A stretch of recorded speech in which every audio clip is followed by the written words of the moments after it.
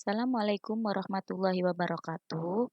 Bertemu lagi dengan Ibu. Kali ini kita akan belajar tentang matematika peminatan, lanjutan dari materi yang sebelumnya, yaitu tentang titik stasioner dari fungsi trigonometri.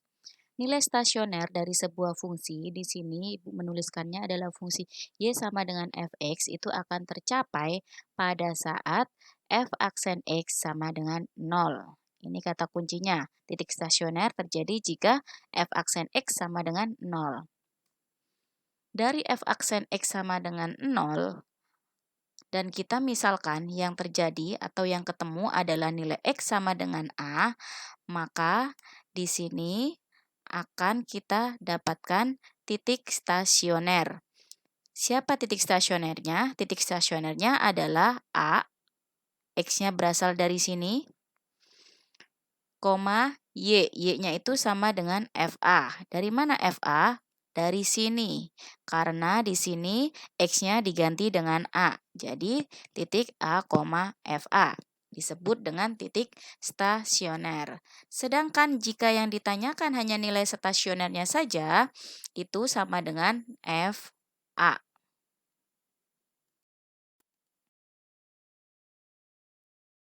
Stasioner itu dibagi menjadi 3, yaitu titik balik maksimum, titik balik minimum, dan titik belok. Jenis dari titik stasioner yang sudah kita ketemukan itu bisa kita lakukan dengan menggunakan dua cara. Bisa dengan menggunakan uji turunan pertama, bisa juga menggunakan uji turunan kedua. Langkah pertama yang dilakukan, kita tentukan dulu titik stasionernya dengan menentukan f aksen x sama dengan 0. Dari f aksen x sama dengan 0, maka akan ketemu nilai x sama dengan A. Selanjutnya, titik A, FA, titik A, FA itu disebut titik minimum jika kita ambil sebuah nilai X yang kurang dari A atau yang sebelum A dan kita substitusikan ke F aksen, ternyata hasilnya kurang dari 0 atau negatif, dan kita ambil sebuah nilai X sesudah A dan kita masukkan ke F aksen juga, ternyata hasilnya adalah lebih dari 0 atau positif, maka titik A, FA ini adalah titik minimum. Jadi kenapa dikatakan titik minimum tadi? Jika ketika kita ambil sebuah nilai X sebelum A, dia merupakan fungsi turun atau f aksen X-nya kurang dari 0, sedangkan sesudah nilai A itu adalah naik karena f aksen X-nya lebih dari 0, maka titik A, FA disebut dengan titik minimum. Titik A, FA disebut sebagai titik maksimum jika kita ambil sebuah nilai X kurang dari A dan kita masukkan ke dalam f aksen X dan ternyata hasilnya lebih dari 0 atau positif, sedangkan jika kita masukkan nilai X lebih dari A kepada f aksen X dan ternyata hasilnya negatif, maka kalau kita gambarkan pada grafik itu jadinya seperti ini. Yang kurang dari A itu merupakan fungsi naik, lebih dari A itu merupakan fungsi turun. Maka titik A, FA ini disebut dengan titik maksimum. Yang ketiga adalah titik belok.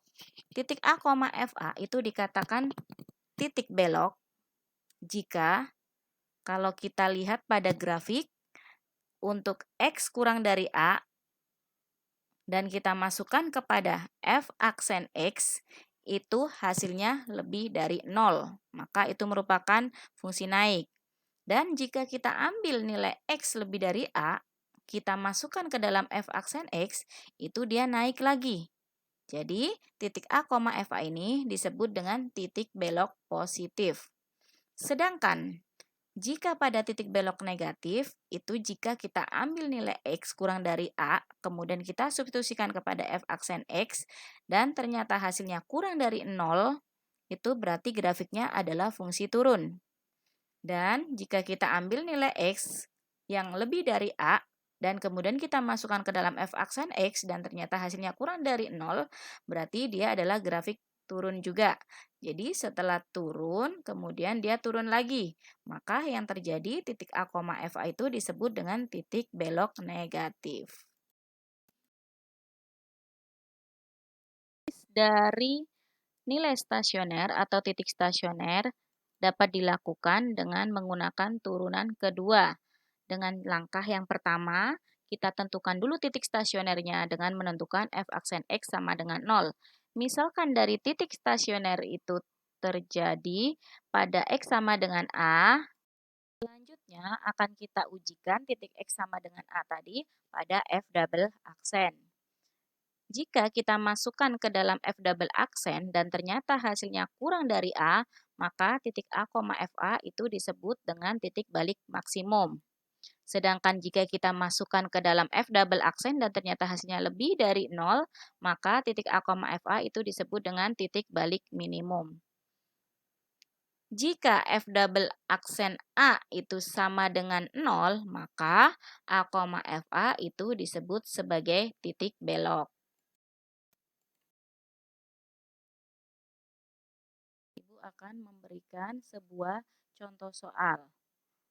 Tentukan titik stasioner fungsi f(x) sama dengan cos kuadrat 2x pada interval 0 derajat kurang dari x kurang dari sama dengan 180 derajat dan jenisnya.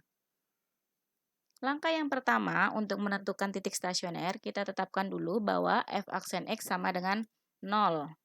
Kita dapat dari sini kita turunkan dengan menggunakan aturan rantai yang sudah kita pelajari sebelumnya, itu diperoleh 2 cos 2x.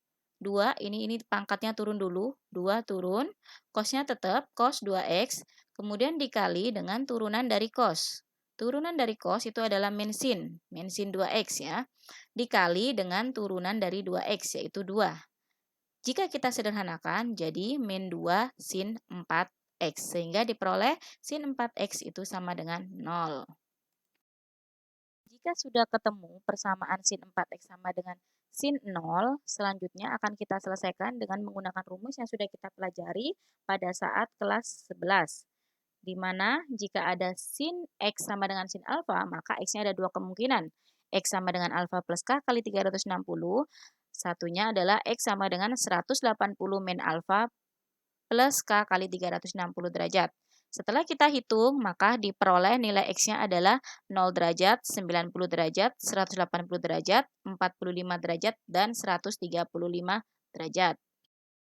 Dari titik-titik yang kita peroleh tadi, akan kita letakkan pada sebuah garis bilangan seperti ini. 0, 45, 90, 135, kemudian 180.